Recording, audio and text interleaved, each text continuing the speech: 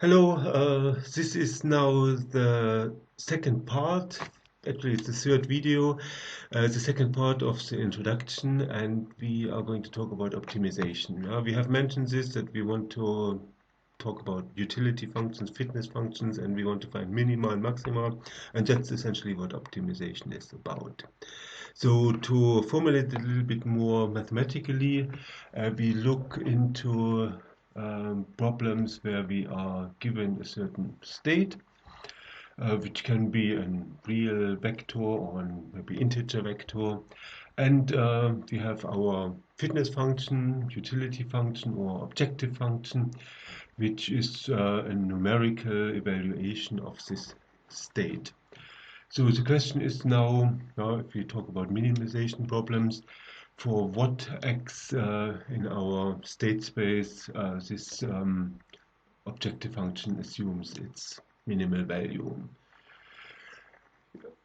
In mathematical courses on optimization, you at this point start to be a bit more systematic, but we can avoid these mathematical difficulties, and we just assume that f is bounded, at least for our state space. It will actually assume its minimum, so this amounts to the condition that this state space is finite, and it will also be closed. So that means we can always find at least one minimum of our function. So this means there is some kind of a lower bound, and all x have values or lead to values of the utility or of the objective function that are above this lower bound.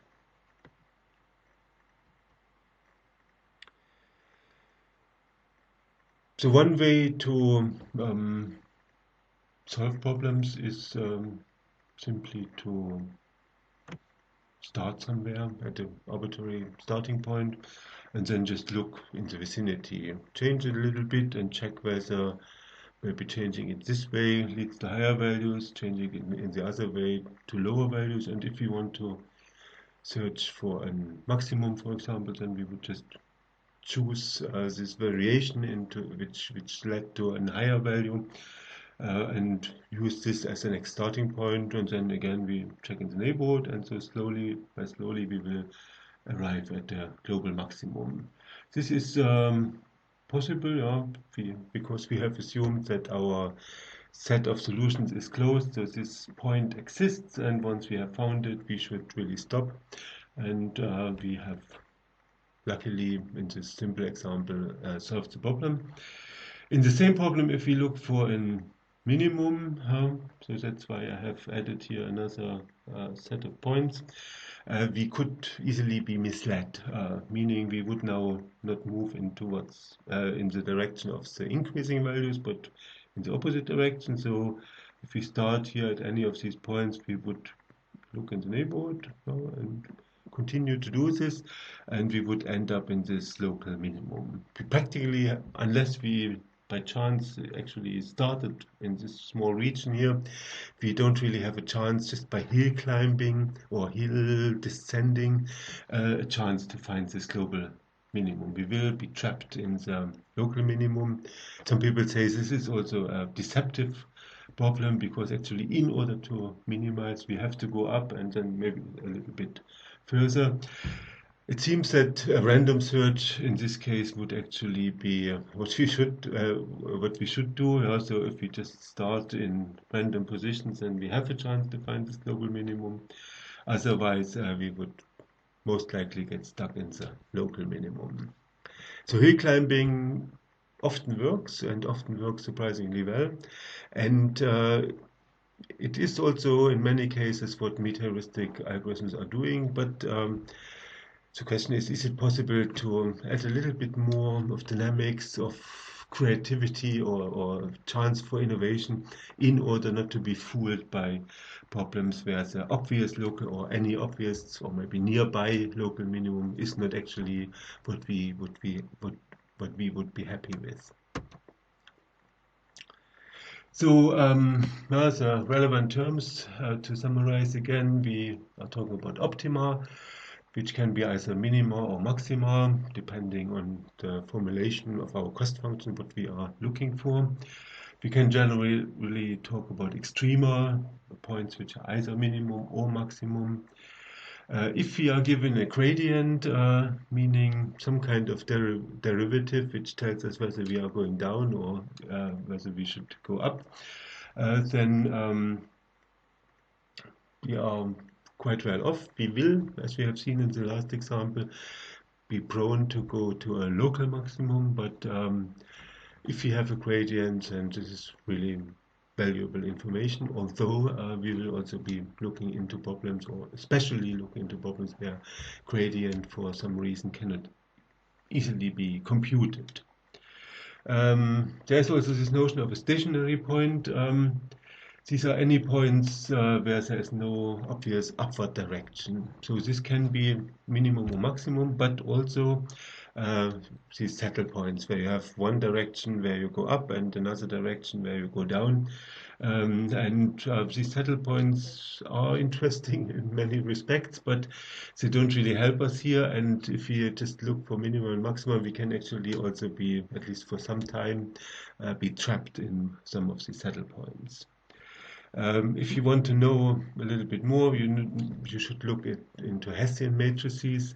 So some idea about second derivatives, meaning the curvature in a certain point, and for a maximum you should have always a curvature which is downward, or for a minimum curvature which is upward, and for these saddle points obviously have some kind of mixed curvatures, that there are some upward curved directions and some downward curved directions. But we will not really use Hessians much in this context because we are trying to be independent on gradients. So Hessian is actually a much stronger information that might not be accessible if we are not even able to calculate the gradient. So in addition to these hill climbing methods, where we also have to make sure that we have a good idea about step width, so on what length scales or on what distances we can actually assume that an upward movement is a reliable indicator of our approach to a maximum.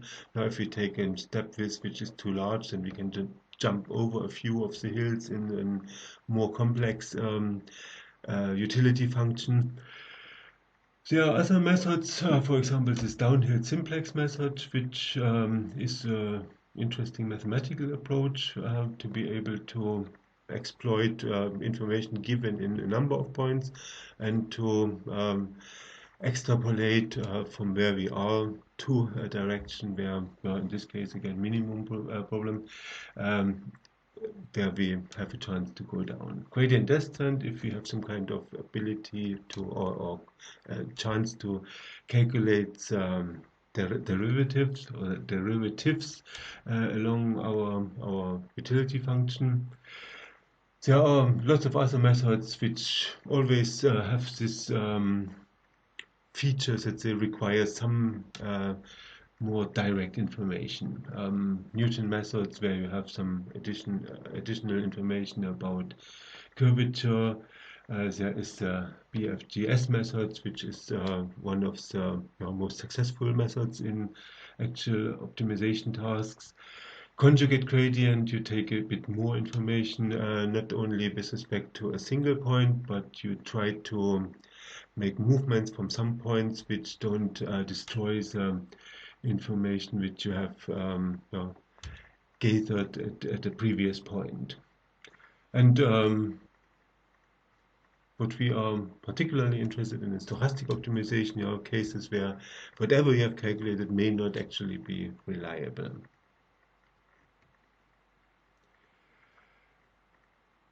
So now, what does it got to do with nature?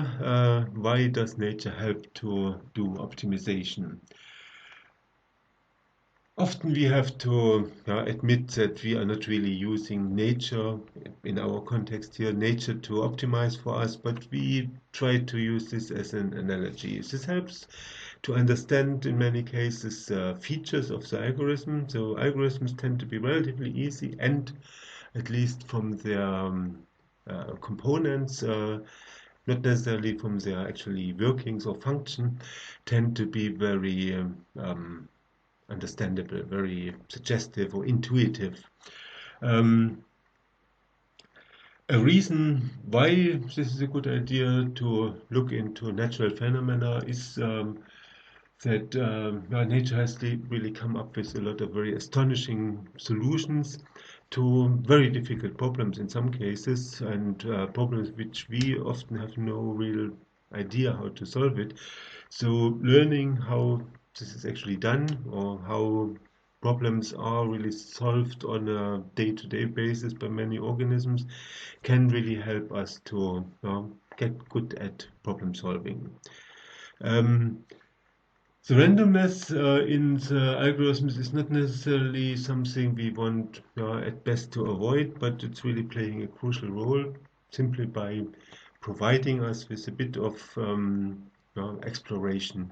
So by changing randomly the solutions which we have, we get a better idea on what happens in the landscape defined by the fitness function near the point where we are currently looking. So this is one of the ways how to characterize different algorithms, different nature-inspired algorithms, namely what kind of noise plays a role, or how does the noise and progress in the solution space interact. I have mentioned already in this quadratic example previously about local optima. So local optima are what you end up if you use a local method. So a gradient will always lead to the next local optimum. And we should be interested in global optima. Now, so a local optimum can be just some kind of a small wiggle of the fitness function, and so it may not really lead us anywhere close to what we expect. But it is the question, is it really such a big problem in practice? And one observation is that in high-dimensional spaces, so solutions which are characterized by lots of parameters, there are actually not too many local optima, meaning pure minima or pure maxima, but stationary points are typically saddle points. And if we have this idea of random search, meaning that we are not just looking at single points, but also at nearby points, then it's relatively easily possible to escape from a saddle point. So if we have actually few local optima, then we shouldn't be worried about this.